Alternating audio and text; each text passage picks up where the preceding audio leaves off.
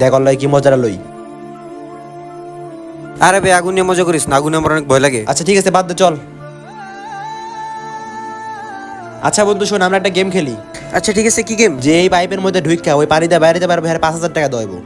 আরে না না, আমার পানি অনেক ভয় লাগে, আমার যদি কিছু হয় আমার বাইরে কি হবো? আচ্ছা ঠিক আছে চল তাইলে।